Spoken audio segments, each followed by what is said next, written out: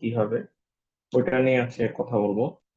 তো প্রথমে একটু বলে নেই, সেটা হচ্ছে যে প্রিলিমিনারি পরীক্ষার ক্ষেত্রে আপনাদের এখন আপাতত আপনাদের মেইন যেটা প্ল্যান থাকবে সেটা হচ্ছে প্রিলিমিনারি পরীক্ষাটা ক্লিয়ার করা। এটা হচ্ছে আপনাদের প্রাইমারি টার্গেট থাকবে যে কিভাবে আপনারা পরীক্ষাটা ক্লিয়ার করতে পারেন প্রিলিমিনারি পরীক্ষা। দেন হচ্ছে আমরা রিটার্ন ব্যাপারে চিন্তা করবেন। কিন্তু একটা মেইন প্রবলেম এটার ক্ষেত্রে যেটা সেটা হচ্ছে যে আমাদের এখন খুব কম সময় দেয়।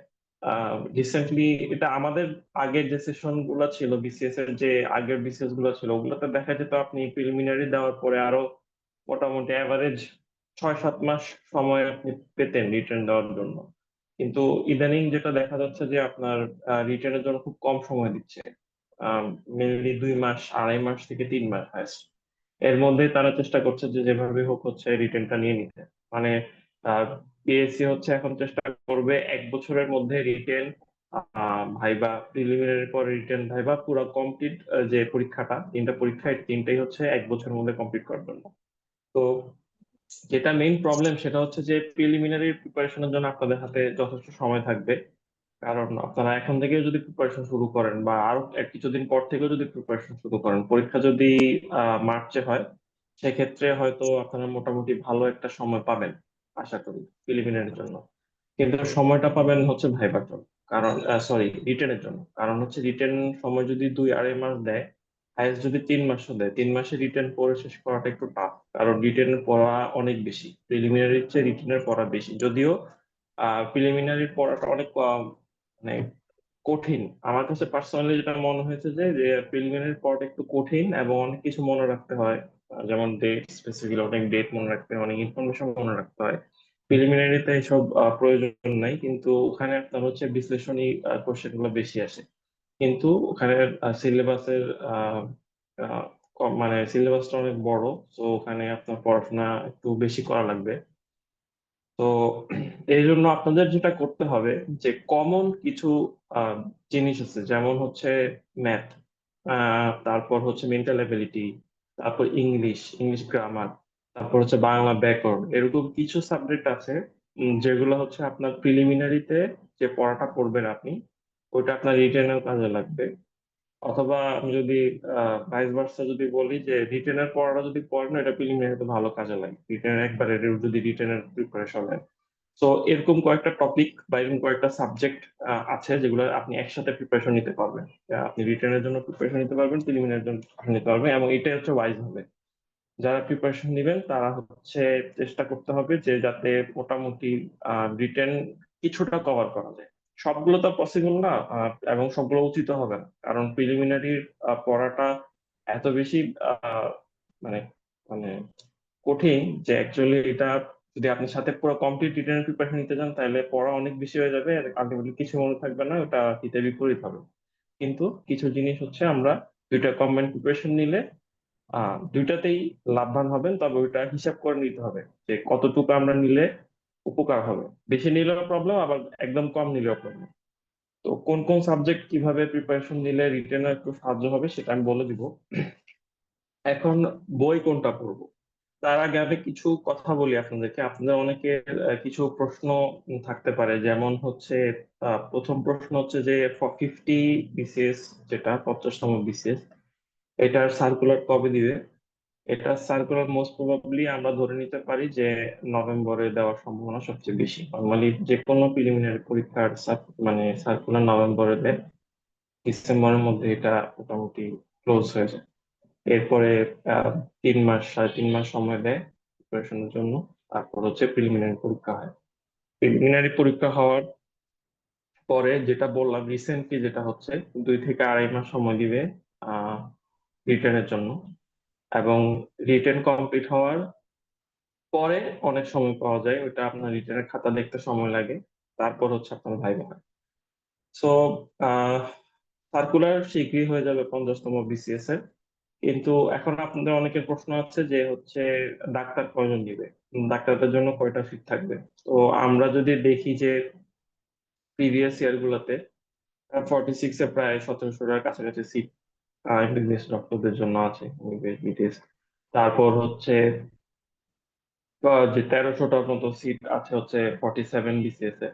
তো আমরা আশা করতে পারি, এবং রিসেন্টলি আপনারা এটা অলরেডি গ্রুপে শেয়ার করা হয়েছে যে আমাদের প্রায় 2000 ডাক্তারের একটা মানে আহ, চাহিদা পত্র স্বাস্থ্য মন্ত্রণালয় থেকে জনপ্রশাসন মন্ত্রণালয়ে দেওয়া হয়েছে। তো সেই হিসাবে আমরা একটা আইডিয়া করতে পারি যে অ্যারাউন্ড 1000 ডাক্তারের পদ, 1000 প্লাস সিট থাকতে পারে। তবে এটা কখনোই কনফার্ম করে বলা সম্ভব না যে অ্যাকচুয়ালি কয়টা সিট থাকবে। এটা টোটালি জনপ্রশাসন মন্ত্রণালয়ের হাতে, তারা কয়টা রিকোয়ারমেন্ট দিবে এবং তাদের যে রিকোয়ারমেন্ট থাকবে, তাদের যে চাহিদা থাকবে সে অনুযায়ী পিএসসি সার্কুলার দিবে। সুতরাং এটা আগে থেকে কখনোই বলা সম্ভব না যে কয়টা থাকবে, এবং আপনাদের মাথায় এটা আসা উচিত না যে কয়টা সিট আছে, সামনে কয়টা সিট থাকবে, এগুলো নিয়ে আপনারা মাথা ঘামাবেন না। আপনাদের টার্গেট থাকবে যদি 100টা সিট থাকে, আপনার 100-র মধ্যে ঢুকতে হবে। সুতরাং কয়টা সিট থাকবে, কয়জন ডাক্তার নিবে, এগুলো নিয়ে এখন মাথা ঘামানোর দরকার নেই। এগুলা যখন, এটা ইম্পর্টেন্ট বেশি হচ্ছে আপনার রিটেনের জন্য। রিটেনের সময় আপনার ডাক্তারদের মধ্যে কম্পিটিশন হয়, ওখানে কয়জন নিবে সিট, কয়জন ডাক্তার পাশ করবে প্রিলি, ওগুলো তখন চিন্তা করার জায়গা। কিন্তু প্রিলিমিনারি কিন্তু কম, যেহেতু আপনার কম্পিটিশন সবার সাথে, সুতরাং এখানে আপনি কোনো এক্সট্রা সুবিধা পাবেন না যে আপনাদের যদি বেশি সিট নেয় ওখানে আপনি প্রিলিমিনারিতে বেশি চান্স নেবে ডাক্তারদের, এরকম কিছু না। আপনাদেরকে আগেও বলছি আমি যে 46 এর সময় দেখা গেছে যে যতটা সিট টোটাল ছিল তার চেয়েও কম ডাক্তার অ্যাকচুয়ালি প্রিলি পাস করছে, এবং 45-এও তাই হয়েছে। যতটা সিট ছিল তার চেয়ে কম ডাক্তার প্রিলিমিনারি পাস করছে, এবং ম্যাক্সিমাম ক্ষেত্রে তাই হয়। আমরা ধারণা করতেছি 47-এও তাই হওয়ার একটা সম্ভাবনা আছে, যে অ্যাকচুয়ালি যতটা সিট থাকবে তার চেয়ে কম সিট ডাক্তার প্রিলিমিনারি পাস করবে, এরপর রিটেন ভাইবা তো আছে। সুতরাং আপনার টার্গেট থাকবে প্রিলি পাস করা, এবং ওটা কম্পিটিশন সবার সাথে। সুতরাং এটা নিয়ে আপনার আপাতত মাথা ঘামাবেন না, এক। আর দুই নাম্বার হচ্ছে, আরেকটা কোশ্চেন অনেকের মাথায় আছে যে পোস্ট গ্রাজুয়েশন এবং বিসিএস এই দুইটা কি একসাথে প্রিপারেশন নেওয়া সম্ভব কিনা। এটার উত্তর হচ্ছে আমি মনে করি না, কিন্তু এটা সম্ভব না। কারণ হচ্ছে পোস্ট গ্রাজুয়েশন নিজেই একটা যথেষ্ট কঠিন পরীক্ষা। এফসিপিএস পার্ট 1 অনেক কঠিন পরীক্ষা। এটা এত সহজ পরীক্ষা না যে আপনি অল্প কয়েকদিন পড়লে, আচ্ছা অনেকের হয়তো অ্যাবিলিটি আছে, তারা যদি যদি তাদের কনসেপ্ট এবং বেসিক ভালো থাকে আগে থেকে, আবার আগে থেকে ভালো ডেভিডসন পড়া থাকতে পারে, তাদের ক্ষেত্রে হয়তো সম্ভব। কিন্তু ম্যাক্সিমাম ক্ষেত্রে, মানে আমি পার্সোনালি ইন্টার্নশিপ শেষ করে এফসিপিএস পার্ট 1 দিয়েছিলাম। তো আমার কাছে মনে হয়েছিল যে এটার জন্য যথেষ্ট সময় দিতে হয়, যথেষ্ট শ্রম দিতে হয়, অনেক কিছু পড়তে হয়। এবং এখন তো মোটামুটি সিপিএস প্রায় এমআরসিপি স্টাইলে কোশ্চেন হয়।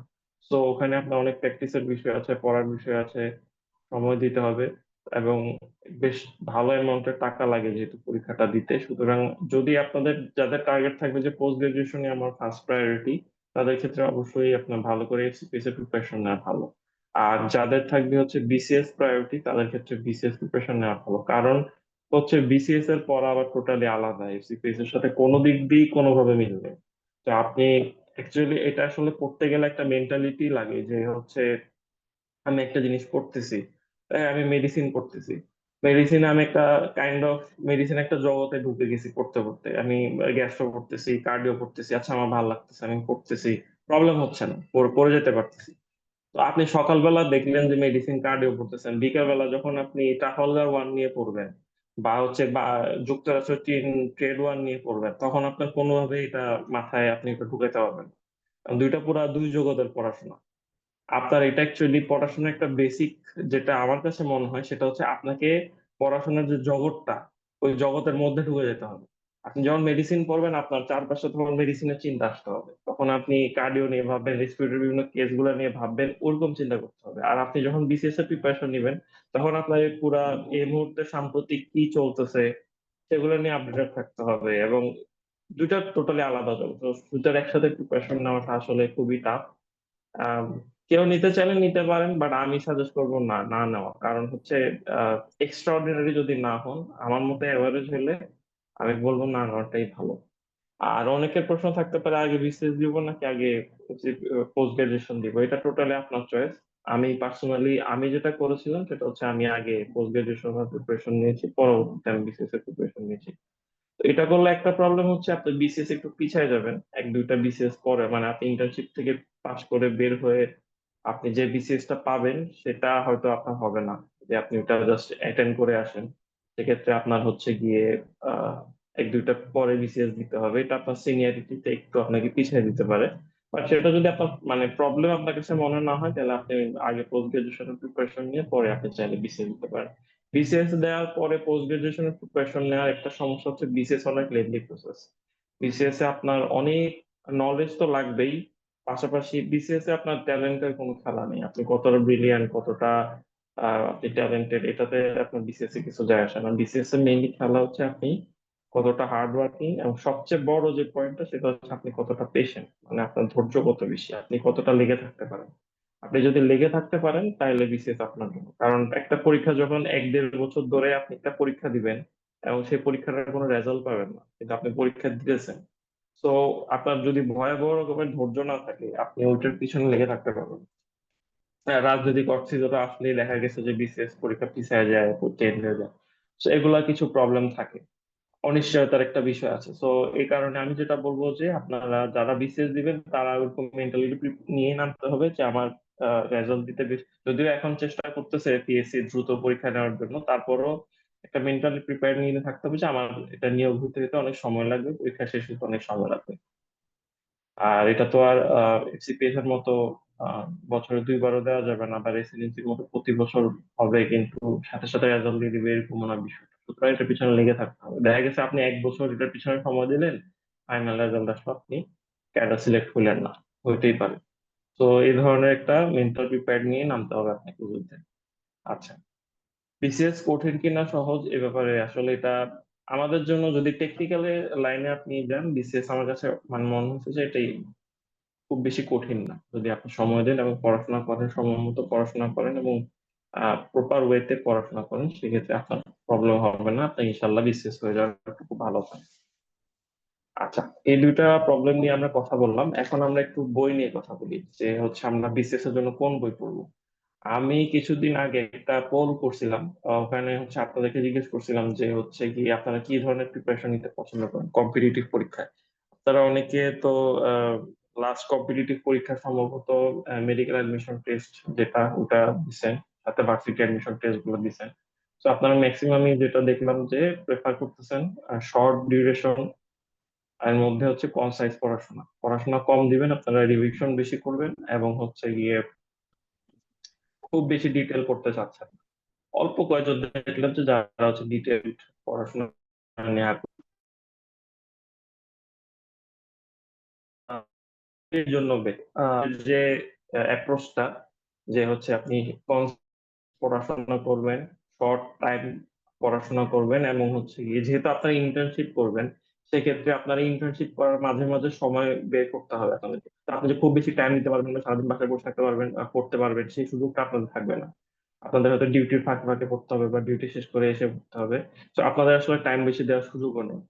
আর তখন আপনাদের অ্যাকচুয়ালি কম সাইজ পড়াশোনায় করতে হবে, আপনারা খুব বেশি পড়াশোনা করতে পারবেন না এবং খুব বেশি ডিটেল যেতে পারবেন না। তো এটা আপনার প্রিলিমিনারির জন্য ওকে একটা অ্যাপ্রোচ, কিন্তু রিটেনের জন্য আবার that is not okay approach. কারণ রিটেনের জন্য আপনার অ্যানালাইসিস বেসড কোশ্চেন বেশি আসে, এই কারণে হচ্ছে গিয়ে আপনার ওখানে আপনার একটু ডিটেল নলেজ লাগবে, আপনার একটা ধারণা লাগবে, সবকিছু সম্পর্কে একটা ভালো ধারণা লাগবে। সো আপনার আমার মনে হয় আপনার বেস্ট অ্যাপ্রোচ হচ্ছে দুইটা কম্বাইন অ্যাপ্রোচ। মানে আপনি কনসাইজ পড়াশোনা করবেন, ঠিক আছে, অবভিয়াসলি আপনি অনেক বেশি পড়বেন না, আপনি কম পড়বেন, কনসাইজ পড়বেন এবং হচ্ছে রিভাইজ দিবেন। সবচেয়ে বড় ইম্পর্টেন্ট হচ্ছে রিভাইজ দেওয়া। কারণ হচ্ছে আপনি যদি রিভাইজ না দেন, এতগুলো ইনফরমেশন এখানে, এত মুখস্থ করার বিষয়, খুবই বাজে বিষয়। মেডিকেলে আমরা অনেক কিছু বুঝে বুঝে পড়তে পারি, অনেক কিছু কোরিলেট করে পড়তে পারি, কিন্তু এখানে খুব বেশি কোরিলেট করার সুযোগ নেই। তবে এখানে আপনার ধারণা করার একটা সুযোগ আছে যে আমি একটা ইনসিডেন্ট হচ্ছে পৃথিবীতে, এটা কেন হচ্ছে, এটার পিছনে কিছু কারণ আছে দেখে এটা হচ্ছে। এই যে আহ, একটু আগে যেটা বলছিলাম যে যুক্তরাষ্ট্র চীন ট্রেড ওয়ার হচ্ছে, কেন হচ্ছে, অথবা এই যে ব্রিক্স গঠন হয়েছে কেন হয়েছে, প্রতিটার পিছনে কারণ আছে। এটাও ইন্টারলিঙ্ক করা সম্ভব, তবে কিছু জিনিস আছে যেগুলো আপনাকে একটু মুখস্থ করতে হবে। ইন্টারলিঙ্ক করার বিষয়টা অ্যাকচুয়ালি রিটেনের জন্য বেশি ইম্পর্টেন্ট, কারণ হচ্ছে রিটেনে আপনার হচ্ছে কোরিলেট করে অনেক কিছু করতে হয় এবং রিটেনে সেরকম অ্যান্সার করে আসতে হয়। এমনিতে যেহেতু এমসিকিউ বেসড কোশ্চেন করে, সুতরাং এখানে আপনার বেশি একটা রিলেট করার সুযোগ নেই, এখানে আপনার পড়তে হবে একদম ইনফরমেশন বেস পড়া। তো ওটার জন্য আপনার অ্যাকচুয়ালি সবচেয়ে বেস্ট হচ্ছে কম্বাইন্ড বেস অ্যাপ্রোচ, মানে আপনি কিছু ডিটেলস করবেন, কনসাইজ করবেন, অনেক কিছু আপনি বাদ দিবেন, যে এগুলা আপনার বাদ দেওয়া প্রয়োজন, এরকম অনেক কিছু আপনি বাদ দিবেন, কিন্তু যেগুলো আপনি পড়বেন ওগুলো আপনি এমন ভাবে পড়তে হবে যেন ওগুলো আপনি একদম মোটামুটি ভালো একটা ডিটেল একটা প্রিপারেশন হয়। ঠিক আছে। তো আপনার এই ক্ষেত্রে আপনার প্রথম অ্যাপ্রোচ আমি যেটা বলি সেটা হচ্ছে গিয়ে আপনি পড়া শুরু করবেন প্রিলির পড়া দিয়ে। এবং প্রিলিতে আপনার সাবজেক্ট আছে কি কি আমি আরেকবার বলি, আপনাদের গত সেশনে বলেছি তারপর একবার বলি। সেটা হচ্ছে বাংলা, বাংলার মধ্যে হচ্ছে বাংলা সাহিত্য এবং বাংলা ব্যাকরণ দুইটা পার্ট। তারপর আছে হচ্ছে ইংলিশ, ইংলিশও বাংলা ইংলিশ সাহিত্য এবং ইংলিশ ব্যাকরণ দুইটা পার্ট। তারপর হচ্ছে ম্যাথ, তারপর হচ্ছে মানসিক দক্ষতা। দেন হচ্ছে জিকে, জিকের মধ্যে দুইটা পার্ট, বাংলাদেশ বিষয়াবলী এবং আন্তর্জাতিক বিষয়াবলী। দেন হচ্ছে বিজ্ঞান, তারপর হচ্ছে কম্পিউটার, ভূগোল, এবং লাস্ট হচ্ছে নৈতিকতা এবং সুশাসন। তো বাংলা দিয়ে শুরু করি। বাংলা হচ্ছে আপনার দুইটা পার্ট, বাংলা সাহিত্য এবং বাংলা ব্যাকরণ। নর্মালি এটা নির্দিষ্ট করে দেওয়া নাই যে কোনটাতে এক্স্যাক্টলি কত করে মার্ক থাকে, তারপরও মোটামুটি মানে যদি নির্দিষ্ট করে দেওয়া থাকে, আলটিমেটলি পরীক্ষা হলে সবসময় এটা ফলো করে না, সিলেবাসটা ফলো করে না। আমরা মোটামুটি আন্দাজ করি এরকম যে হচ্ছে 35 মার্ক হচ্ছে বাংলার মধ্যে, আমার হচ্ছে 20 মার্ক হচ্ছে বাংলা সাহিত্য থেকে আসে, আর 15 মার্ক হচ্ছে বাংলা ব্যাকরণ থেকে আসে। বাংলা সাহিত্যের মধ্যে 20 মার্কের মধ্যে 5 মার্ক আসবে হচ্ছে আধুনিক আহ, মধ্যযুগ এবং প্রাচীন যুগ। প্রাচীন যুগ এবং মধ্যযুগ থেকে 5 মার্ক আসবে, এবং আধুনিক যুগ থেকে বাকি 15 মার্ক আসবে। আর ব্যাকরণ থেকে 20 মার্ক আসবে। তো এটা আপনারা আশা করি সবাই মোটামুটি সিলেবাসটা দেখে নিয়েছেন। তারপর আমি আগের সিলেবাস যেটা 50-এ নতুন সিলেবাস দিতে পারে, বাট এখনো সেটা সম্পর্কে আমরা খুব বেশি ধারণা পাইনি। আপাতত আগের সিলেবাসটা আমরা ফলো করার চেষ্টা করি। আগের সিলেবাসটা যদি আপনারা না দেখে থাকেন আমি গ্রুপে আপলোড দিয়ে দিব, সমস্যা নেই। সো বাংলা আপনি কোন বই পড়বেন? আচ্ছা, বাংলা কোন বই পড়বেন এটা বলার আগে আমি একটা কথা বলিনি, আপনাদের সবার একটা বই থাকা লাগবে, এটা মাস্ট। আপনি যে বই পড়েন, ডিটেল পড়েন নাকি কনসাইজ পড়বেন এটা আপনার ডিসিশন, কিন্তু একটা বই মাস্ট থাকা লাগবে, সেটা হচ্ছে প্রশ্ন ব্যাংক। প্রিভিয়াস সবগুলা ইয়ারের মোটামুটি 10 বিসিএস থেকে শুরু করে লেটেস্ট যে বিসিএস, সবগুলা বিসিএস এর একটা প্রশ্ন ব্যাংক বাজারে পাওয়া যায়। অনেকগুলো কোম্পানি ইয়া পাওয়া যায়, পাবলিকেশন পাওয়া যায়। তার মধ্যে হচ্ছে আমার কাছে পার্সোনালি বেস্ট মনে হয়েছে প্রিসেপ্টরস। প্রিসেপ্টরস প্রশ্ন ব্যাংক, যেটা লাস্ট সম্ভবত 48-এর প্রশ্ন দিয়ে অ্যাড করে তারা বের করছে, আমি যদিও শিওর না। তারপরও এটা এটা যেটা লেটেস্ট বের হচ্ছে, আপনারা চাইলে 47 পর্যন্ত ওয়েট করে দেখতে পারেন, 47 পরীক্ষা হওয়ার পরে 47 একটা অ্যাড করবে। অথবা চাইলে এখন সরাসরি কিনতে পারেন, বা 47 এটা আপনি আলাদা প্রশ্ন সলভ করবেন। তো প্রিসেপ্টরস প্রশ্ন ব্যাংকের যে এটা সুবিধা হচ্ছে, প্রশ্ন ব্যাংকটা সবগুলো কোশ্চেন আছে, এবং ওখানে আপনার হচ্ছে যেটা রাইট অ্যান্সার এবং রং অ্যান্সার দুইটাই একটা একটু বিশ্লেষণ করে ওরা বলছে কেন রাইট কেন রং, তাতে ইনফরমেশন কিছু অ্যাড করা হয়েছে। তো আমার কাছে মনে হয়েছে যে ওটা পড়লে আপনার মোটামুটি প্রিভিয়াস ইয়ারের একটা ভালো আইডিয়া হয়ে যাবে। এবং যদিও প্রিভিয়াস ইয়ার থেকে খুব বেশি কমন আসে না বিসিএস এ, আপনার হুবহু প্রিভিয়াস ইয়ার থেকে কমন পাবেন না, কিন্তু টপিক অনেক রিপিট হয়। মানে আপনি যে টপিকটা থেকে কোশ্চেন আসে ওই টপিক থেকেই সবচেয়ে বেশি কোশ্চেন আসে, বারবার ওখান থেকেই কোশ্চেন আসে। তো এই কারণে হচ্ছে গিয়ে আপনার টপিকটা যদি আপনার আইডিয়া হয়ে যায়, তাহলে মোটামুটি আপনার হচ্ছে গিয়ে কোনো প্রবলেম হবে না পড়তে। আপনি টপিকটা ভালো করে পড়বেন, ওইটা আয়ত্তে নিয়ে আসলে ওখান থেকে কমন পাবেন। সরাসরি কোশ্চেন কমন না পেলেও আপনি টপিকটা থেকে কমন পাবেন। তো এটা একটা পয়েন্ট, এই জন্য আপনাকে অবশ্যই অবশ্যই যদি কোনো বইও না কিনেন তাও আপনাকে প্রিসেপ্টরস প্রশ্ন ব্যাংকটা কিনবেন। প্রফেসরসেরও সম্ভবত আছে, আপনি চাইলে যে কোনো একটা প্রশ্ন ব্যাংক দিতে পারেন। আমি পার্সোনালি প্রিসেপ্টরস পড়েছি, এই জন্য আমি ওটার কথা বলবো।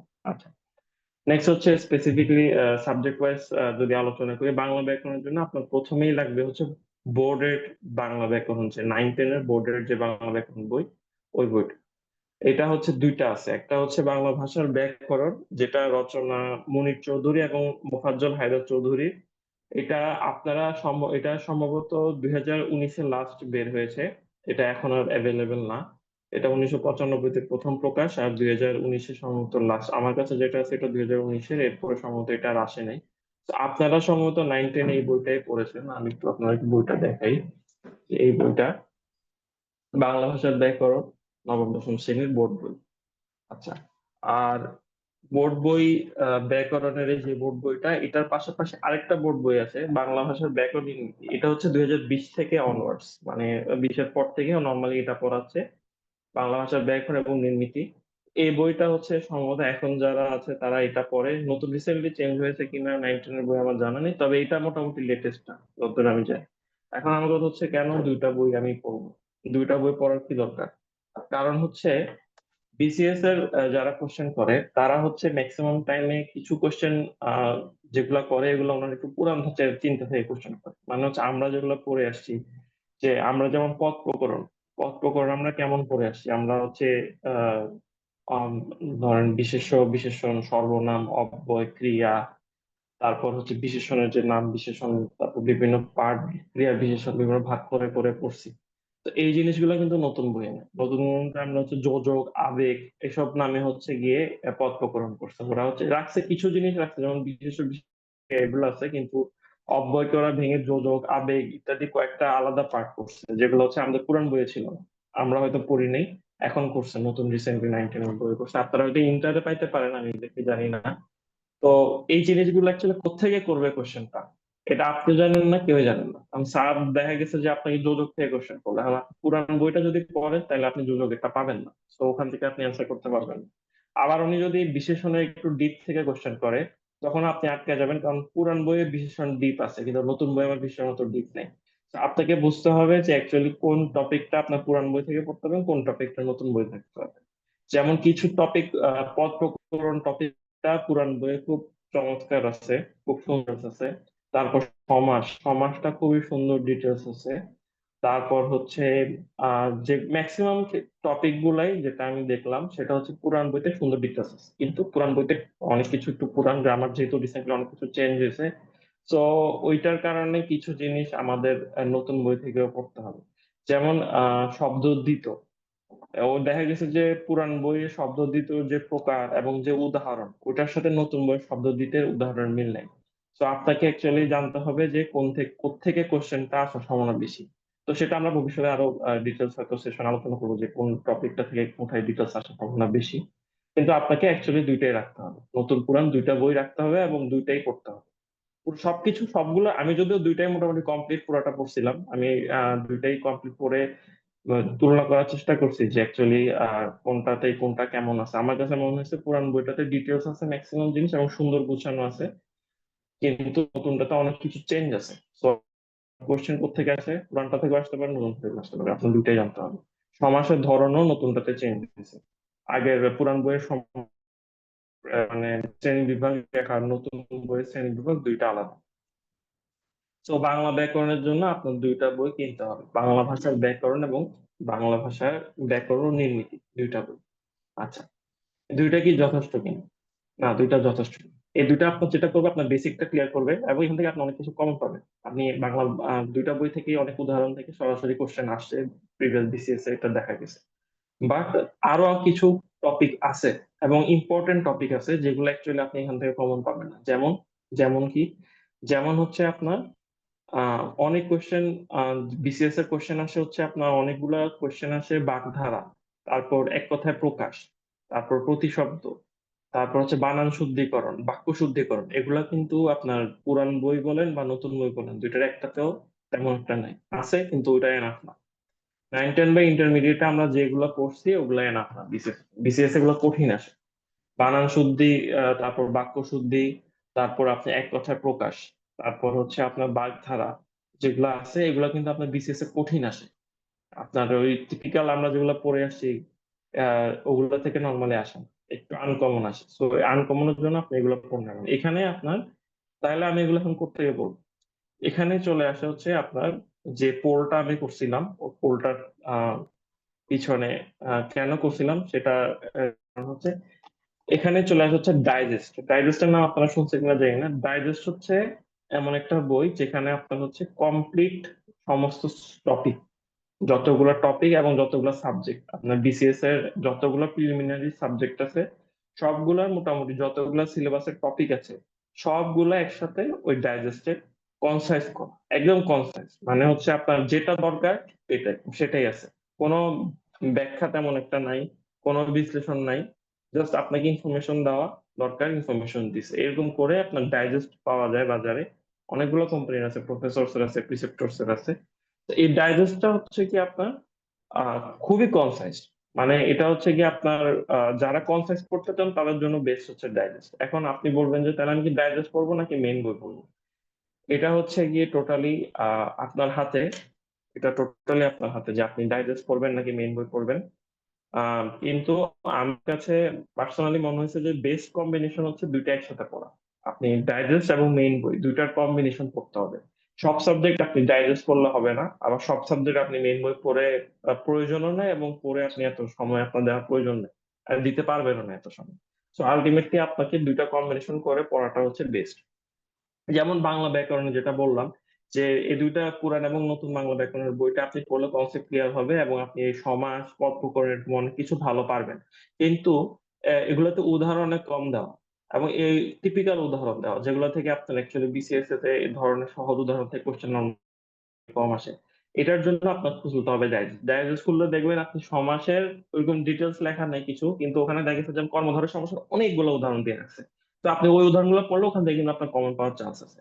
তারপর আপনি খুললেন, আপনি বানান শুদ্ধির একদম অনেকগুলো বানান শুদ্ধির উদাহরণ দেওয়া আছে, এক কথা প্রকাশ করলেন অনেকগুলো এক কথা প্রকাশ, অনেকগুলো বাগধারা দেওয়া আছে, এবং ওখান থেকে আপনি কমন পাবেন। তো আপনাকে কিছু জিনিস ডাইজেস্ট থেকে পড়তে হবে এবং কিছু জিনিস বাংলা ব্যাকরণ থেকে। এখন অনেকে বলতে পারেন যে ডাইজেস্ট কেন পড়বো, এটা তো একটু শর্টকাট। আসলে বিষয়টা হয়তো প্রিলিমিনারিতে আপনার সবসময় শর্টকাট পড়াটাই বেটার, কারণ হচ্ছে গিয়ে এখানে আপনি বেশি সময় দিয়ে লাভ নেই, বেশি ডিপে পড়ে লাভ নেই। যেটা বলছিলাম যে এখানে আপনার হচ্ছে ইন্টেলিজেন্ট পড়তে হবে, আপনি এর কোনটা ছাড়তে হবে এটা আপনার বুঝতে হবে। তো আমার কাছে পার্সোনালি মনে হয়েছে যে প্রিলিমিনারি ডাইজেস্ট যেটা প্রিসেপ্টরস প্রিলিমিনারি ডাইজেস্ট, এই ডাইজেস্টটা হচ্ছে গিয়ে আমার কাছে পার্সোনালি সবচেয়ে ভালো মনে হয়েছে। মানে আপনার প্রশ্ন ব্যাংক এবং ডাইজেস্ট দুইটাই হচ্ছে গিয়ে প্রিসেপ্টরস এরটা আমার কাছে বেটার মনে হয়েছে। আমি 46 48 দুইটা বিসিএসি আমি ডাইজেস্ট করে দিছি, কিন্তু শুধু ডাইজেস্ট করে দিইনি অবভিয়াসলি। কিন্তু ডাইজেস্টটাই আমার মেইন বই ছিল। আপনার প্রথম কাজ হবে প্রিলিমিনারি পড়া শুরুর ক্ষেত্রে, আপনার প্রিলিমিনারি প্রিপারেশনের শুরুতে আপনার প্রথম কাজ হবে হচ্ছে গিয়ে সবগুলা পড়া যা আছে সবগুলো হচ্ছে একসাথে নিয়ে আসা। আপনি কখনোই আমরা মেডিকেলে কি করছি, একটা এক জায়গা থেকে অনেক সময় ধরেন লেকচার থেকে কিছু পড়ছি, কিছু গাইড থেকে পড়ছি, কিছু মেইন বই থেকে পড়ছি, আবার বইয়ের অ্যানাটমি যেমন বিডি 84 থেকে কখনো পড়ছি, দত্ত থেকে কখনো পড়ছি। তো এক এক জায়গা থেকে এক একটা টপিক পড়ছি, এরকম অনেকে আছে, অনেকে কনসাইজ করে পড়ছে, অনেকে পড়ছে। কিন্তু প্রিলিমিনারিতে যদি আপনি এই কাজ করেন, আপনি যদি একটা এক জায়গা থেকে আরেকটা এক জায়গা থেকে পড়েন, আপনি কনফার্ম ধরা খাবেন। তো এটা করাই যাবে না। আপনি সব পড়া এক জায়গায় নিয়ে আসতে হবে। কিভাবে আনতে হবে এটা আমি বলতেছি। আমাদের সেশন কিন্তু দুইটা হবে, আর 10 মিনিটের মধ্যে এই সেশন শেষ হয়ে যাবে। আমি বাংলাটা, বাংলা সাহিত্য এবং বাংলা ব্যাকরণটা শেষ করি। এই দুইটাতে একটু বেশি ডিটেল পড়তে হবে, মানে বই অনেক বেশি আছে, বাকিগুলোতে এত ডিটেল বই লাগে না, একটা দুইটা বই ডিসকাস করলেই হবে। তো ব্যাকরণ যেটা বললাম যে আপনার যে টপিক গুলা ডিটেল একটু বুঝতে হয়, বোঝার মতো বোর্ড বই পড়ে ক্লিয়ার হতে হবে, যেটা আপনাকে বোথ প্রিলিমিনারি এবং রিটেন দুইটাতেই কাজে লাগবে। কারণ রিটেনও কিন্তু বাংলা ব্যাকরণ আছে, এবং ওখান থেকে মোটামুটি কোশ্চেন আসে ভালোই। তো আপনার হচ্ছে বোর্ডের ব্যাকরণ বই পড়লে মোটামুটি আপনি রিটেনটাও কভার হবে অনেক কিছু, এবং হচ্ছে প্রিলিমিনারিটা অবশ্যই কভার হবে। সাথে আপনার ওই যে এক কথায় প্রকাশ, বানান এবং বাক্য শুদ্ধিকরণ, বাগধারা, এগুলো আপনার পড়তে হবে ডাইজেস্ট থেকে। আমি পার্সোনালি ডাইজেস্ট থেকে পড়েছি। আচ্ছা, এছাড়া আরেকটা অপশন আছে, সেটা হচ্ছে এমপি3, জর্জ এমপি3 বাংলা সাহিত্য এবং বাংলা ব্যাকরণের একটা বই আছে। ওই বইটা পড়লে আপনার মোটামুটি ওখান থেকে আপনি বাংলা সাহিত্য এবং ব্যাকরণ দুইটাই একসাথে আছে বইটাতে, ওখানেও আপনি মোটামুটি ব্যাকরণ অনেক কিছু আছে, ব্যাকরণ মোটামুটি কভার আপ হবে। তবে আমি ওই বইটা পড়ি নাই, সো আমি এই ব্যাপারে বেশি একটা মত দিচ্ছি না, অনেকে পড়ে। আমার কাছে পার্সোনালি মনে হচ্ছে আপনি যদি ডাইজেস্ট পড়েন, সাথে হচ্ছে বাংলা ব্যাকরণ, যে দুইটা বোর্ড বইয়ের কথা বললাম ওই দুইটা পড়েন, এই তিনটার কম্বিনেশন এনাফ। কিন্তু আপনার যেটা করতে হবে যে বারবার রিভাইজ দিতে হবে। আপনি বারবার রিভাইজ দিবেন, মোটামুটি এটাতেই আপনার কমপ্লিট প্রিপারেশন বাংলা ব্যাকরণ হবে। দেন হচ্ছে বাংলা সাহিত্যের প্রিপারেশন। বাংলা সাহিত্য আমি পার্সোনালি ডাইজেস্টই করছি মেনলি। বাংলা আম, যেটা ডাইজেস্ট পড়ছি ওটাতেই আপনার মোটামুটি প্রাচীন, মধ্যযুগ এবং আধুনিক যুগে মোটামুটি কোন লেখক কে আছে, তার বিস্তারিত, তার ধরেন হচ্ছে জন্ম তারিখ কোথায়, জন্ম কোথায় হয়েছে, তার কবিতা কি কি আছে, তার আহ, উপন্যাস কি আছে, তারপর তার হচ্ছে কি কি পুরস্কার পাইছে, ওগুলো সুন্দর করে আহ, ভাগ করে করে দেওয়া আছে। মানে আপনার লেখক ওয়াইজ ভাগ করে দেওয়া আছে ডাইজেস্টে। তো ওখানে আপনার মোটামুটি ইনফরমেশন খুব বেশি নাই, কিন্তু আবার কমও নাই, মানে অনেক বেশি ডিটেলস নাই, কিন্তু যেটা বললাম যেটা দরকার ওইটাই আছে। এবং এখানে আপনার ডাইজেস্ট ইউজ করার সবচেয়ে বেস্ট উপায় হচ্ছে আপনি শুধু ডাইজেস্ট করলে হবে না, আপনার ডাইজেস্টে ইনপুট আনতে হবে। মানে হচ্ছে ধরেন আপনি কোথাও একটা জিনিস পাইলেন, আপনি একটা পরীক্ষা দিলেন, যে কোনো একটা ধরেন একটা এমসিকিউ পরীক্ষা দিলেন বা বিসিএস এর যে কোনো একটা টপিকের উপর একটা পরীক্ষা দিলেন। পরীক্ষাতে দেখবেন যে আপনার কিছু টপিক আপনি ডাইজেস্টে নাই। ওই টপিক গুলোতে কি কি ইনফরমেশন আছে পরীক্ষাতে আপনার হয়তো ওখানে দেওয়া থাকবে যে অ্যান্সার, রাইট অ্যান্সার এটা, তারপরে রাইট অ্যান্সার নিয়ে একটু ডিটেলস হয়তো কিছু দেওয়া থাকবে। তো আপনার ওই ইনফরমেশনটা ডাইজেস্টে তুলে নিতে হবে। আপনি একটা যে কি বলে স্টিকি যে নোট যেটা আছে ওটা দিয়েও নিতে পারেন, অথবা সাইডে দিয়েও লিখে রাখতে পারেন। যেটা হোক, যেটা আপনার কাছে ইম্পর্টেন্ট মনে হবে যে না এই টপিকটা বা এই ইনফরমেশনটা আমার বিসিএস আসার মতো, ওই টপিকটা আপনার ডাইজেস্টে তুলে নিতে হবে। এরকম করে আপনার ডাইজেস্টটা সাজাইতে হবে, নিজের মতো করে একটা সাজাইতে হবে যে আমি ডাইজেস্টটাই মেইনলি পড়বো, কিন্তু সাথে এক্সট্রা ইনফরমেশন যেগুলো আছে সেটা পরীক্ষা দিতে গেলে কিছু এক্সট্রা ইনফরমেশন পাবো, ফেসবুকে বিভিন্ন গ্রুপে কিছু এক্সট্রা ইনফরমেশন পাবো, বা হোয়াটসঅ্যাপের গ্রুপ গুলোতে কিছু এক্সট্রা ইনফরমেশন পাবো যে কোনো একটা টপিক নিয়ে। ওই এক্সট্রা ইনফরমেশন যেগুলো সব না, যেগুলো আপনার বেশি ইম্পর্টেন্ট মনে হচ্ছে সেগুলোকে আপনি ওই ডাইজেস্টে অ্যাড করে নেবেন। অ্যাড করলে দেখা গেছে যে আপনি প্রথমবার যখন পড়াটা কমপ্লিট করবেন, তখন আপনার মোটামুটি বাংলা সাহিত্য দেখবেন যে আপনার ডাইজেস্টটা মোটামুটি কমপ্লিট হয়ে গেছে, এবং আপনার যে যে ইনফরমেশন দরকার ওগুলা মোটামুটি ওই ডাইজেস্টের মধ্যে চলে আসছে। তো এরপর যখন আপনার কাজ হবে বারবার ওই পড়াটাই রিভাইজ করা, যেটা ওখানে আছে ডাইজেস্টে, যে ইনফরমেশন গুলো আছে ওই ইনফরমেশন গুলাই আপনার বারবার বারবার রিভাইজ করা। আপনি একটা জিনিস মনে রাখবেন যে বিসিএস এর ম্যাক্সিমাম টাইমে আপনি কেউ ফেল করে না এই জন্য যে ইনফরমেশনের ঘাটতি আছে। মানে ইনফরমেশনের ঘাটতির জন্য আমি টপিক গুলা পড়ি নাই, আমি অনেক ডিটেলস পড়ি নাই, আমি অনেক কিছু সম্পর্কে পেপার পড়ি নাই, এই কারণে কেউ ফেল করেন। প্রিলিমিনারিতে ফেল হয় হচ্ছে যদি আপনি রিভাইজ দিতে না পারেন। আপনি ম্যাক্সিমাম জিনিস পারবেন না যেগুলো অ্যাকচুয়ালি আপনি পড়ে যাবেন। আপনি পড়া আছে, আপনি এক দুইবার পড়ছেন, কিন্তু পরীক্ষা হলে গিয়ে আপনি পারবেন না, কারণ ওটা আপনি বারবার রিভাইজ দেন নাই, ওটা বারবার প্র্যাকটিস করেন নাই, বারবার পড়েন নাই। তো এই কারণে আপনার প্রিলিমিনারি মেইন প্রিপারেশন, মেইন যে প্রস্তুতির যে মেইন আপনার অস্ত্র সেটা হচ্ছে রিভিশন। তখন যত বেশি আপনি রিভিশন দিবেন আপনার পড়াটা তত বেশি সলিড হবে, এবং ওইটাই আপনার কাজে লাগবে। এখানে আপনার বোঝার অত বেশি কিছু নাই, কাইন্ড অফ মুখস্থ করতে হয়। তো আপনার মুখস্থ করে এটা বারবার রিভাইজ দিতে হবে, যত বেশি রিভাইজ দিবেন এটা পড়া তত সলিড হবে, আপনি প্রিলিমিনারিতে এটা পারার সম্ভাবনা তত বাড়বে। আচ্ছা, বাংলা ব্যাকরণ এবং বাংলা সাহিত্য নিয়ে বললাম। তো আবারও আরেকবার রিপিট করি, বাংলা সাহিত্যের জন্য আপনার হচ্ছে ডাইজেস্টটা মেইন, সাথে হচ্ছে ইনফরমেশন অ্যাড করতে হবে। আর বাংলা ব্যাকরণের জন্য হচ্ছে ডাইজেস্ট প্লাস হচ্ছে বাংলা ব্যাকরণের দুইটা বই, একটা হচ্ছে 2019 সালের, একটা হচ্ছে 2020 অনওয়ার্ডস। 20 থেকে নতুন যে এডিশনটা ওইটা হচ্ছে নিবেন, বাংলা ব্যাকরণ ও নীতি। আর বাংলা ভাষার ব্যাকরণ যেটা 2019-এ লাস্ট বের হয়েছে, 1995 সালে প্রথম প্রকাশ, ওই বইটা, এই দুইটা বই। আর যদি আপনি কম্বাইন্ড একটা বই, যেটা বললাম যে যদি আপনি একটা বইয়ের মধ্যে বাংলা ব্যাকরণ এবং বাংলা সাহিত্য একটু ডিটেলস পড়তে চান, যে না আমি ডাইজেস্ট পড়বো না, আমার একটু মুখস্থ ভালো লাগে না, আমি একটু রিডিং দিব, রিডিং দিলে আমার পড়াটা একটু মনে থাকে, তাহলে হচ্ছে গিয়ে আমি একটু ডিটেল পড়তে চাই, এরকম যদি আপনার মেন্টালিটি থাকে এবং আমার হাতে সময় আছে, আমি একটু সময় দিব, সমস্যা নেই, অনেকে আছে সময় দেয়, সেক্ষেত্রে আপনার জন্য বেস্ট হচ্ছে এমপি3, বাংলা সাহিত্য এমপি3। লিখে রাখেন এটা, জর্জ এমপি3, বাংলা সাহিত্য। এটা হচ্ছে বাংলা সাহিত্যের মেইন বই। আর আমি হচ্ছে শর্টকাট করছি, আমি হচ্ছে ডাইজেস্ট করছি, আমার কাছে মনে হয়নি যে তাতে আমার কোনো ক্ষতি হয়েছে। আমার মোটামুটি বাংলা সাহিত্য কভার হয়ে গেছে ডাইজেস্ট করে, সাথে ওই যে আমি অ্যাড করে নিয়েছিলাম বিভিন্ন জিনিস। তবে আপনি যদি সময় দিতে পারেন আমি বলবো যে এমপি3 বাংলা সাহিত্যটা আপনি পড়তে পারেন, মানে ওর অনেক কিছু আছে। তো এই দুইটা হচ্ছে আপনার বাংলা সাহিত্যের বই, একটা হচ্ছে ডাইজেস্ট আর একটা হচ্ছে এমপি3 বাংলা সাহিত্য, যেটাতে আপনার সময় দিতে পারেন আপনার ইচ্ছা। আমার হাতে খুব বেশি সময় ছিল না, আমি এই জন্য ডাইজেস্ট করছি। আপনারা যদি সময় দিতে পারেন আপনারা এমপি3 যেটা আছে এটা করতে পারেন। আচ্ছা, আমরা নেক্সট হচ্ছে ইংলিশে। ইংলিশের ক্ষেত্রে একজন কোশ্চেন করছেন যে অগ্রদূত কিনার কোনো দরকার আছে কিনা। অগ্রদূত একটা ভালো অপশন, তবে আম, অগ্রদূতটা চেয়ে হচ্ছে নর্মালি জর্জের যেটা এমপি3 ওটা একটু বেশি পপুলার।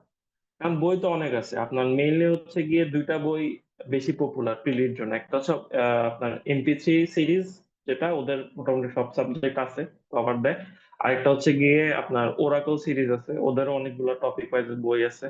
এরকম অগ্রদূত বাংলা অনেক মোটা বই, যদি সময় দিতে পারেন তাহলে তো পড়লে অবভিয়াসলি ভালো, কিন্তু আপনার বুঝতে হবে যে আপনি যত বেশি পড়েন না কেন, আপনার যদি রিভাইজ এবং পরীক্ষা না দেন, তাহলে আপনার খুব বেশি উপকার হওয়ার চান্স কম। সুতরাং সবচেয়ে বেস্ট হচ্ছে আপনি কনসাইজ করে আনবেন পড়াটা, এনে ওইটাই বারবার রিভাইজ করবেন, ওটাই হচ্ছে গিয়ে আহ মোটামুটি হচ্ছে পড়বেন। আচ্ছা। আচ্ছা, আমরা ইংলিশ থেকে পরবর্তী সেশনটা পরের সেশনে আলোচনা করব। আপনার কোশ্চেন যেগুলো করতেছেন এগুলো অ্যান্সার দিয়ে একজন কোশ্চেন করছেন প্রিলিমিনারির জন্য অফলাইন কোচিং কতটা উপকার হবে। আমার মনে হয় দরকার নেই প্রিলিমিনারির জন্য। আপনার অ্যাকচুয়ালি বিসিএস এর জন্য কোচিং খুব বেশি দরকার আছে, ডাক্তারদের জন্য খুব বেশি দরকার আছে বলে মনে হয় না। আপনি যদি জেনারেল বিসিএস দেন সেক্ষেত্রে আপনার কোচিং অনেক সময় কাজ করে ভালো, কারণ ওখানে আপনি অনেক ধরনের কম্পিটিটিভ পার্সনদের সাথে আপনি পরীক্ষা দিবেন, আপনার একটা ক্লিয়ার আইডিয়া হবে কাদের সাথে আপনি কম্পিটিশন করতেছেন। স্পেশালি রিটেনের ক্ষেত্রে এটা প্রযোজ্য, রিটেনে আপনি ওখানে পরীক্ষা দিবেন, খাতা দেখবেন, সমস্যা হবে না। কিন্তু আপনার হচ্ছে গিয়ে প্রিলিমিনারি যদি আমরা শুধু টেকনিক্যাল ক্যাডার হিসাব করি ডাক্তারদের জন্য, আমার মনে হয় না দরকার আছে। আমি কোনো কোচিং করি না, আমি কিছুই করিনি, আমি পুরোপুরি নিজে পড়ছি। আমার যারা ফ্রেন্ডরা পরীক্ষা দিছে তাদের কাছ থেকে আইডিয়া নিছি তারা কিভাবে প্রিপারেশন নিছে, নন মেডিকেল যারা বিসিএস দিছে তারা কিভাবে প্রিপারেশন নিছে, ওইটা অনুযায়ী নিছি, সমস্যা হয়নি। আচ্ছা, লাইভ এমসিকিউর ইম্পর্টেন্স কেন? আচ্ছা, আপনাদের দুইটা কোশ্চেন আমি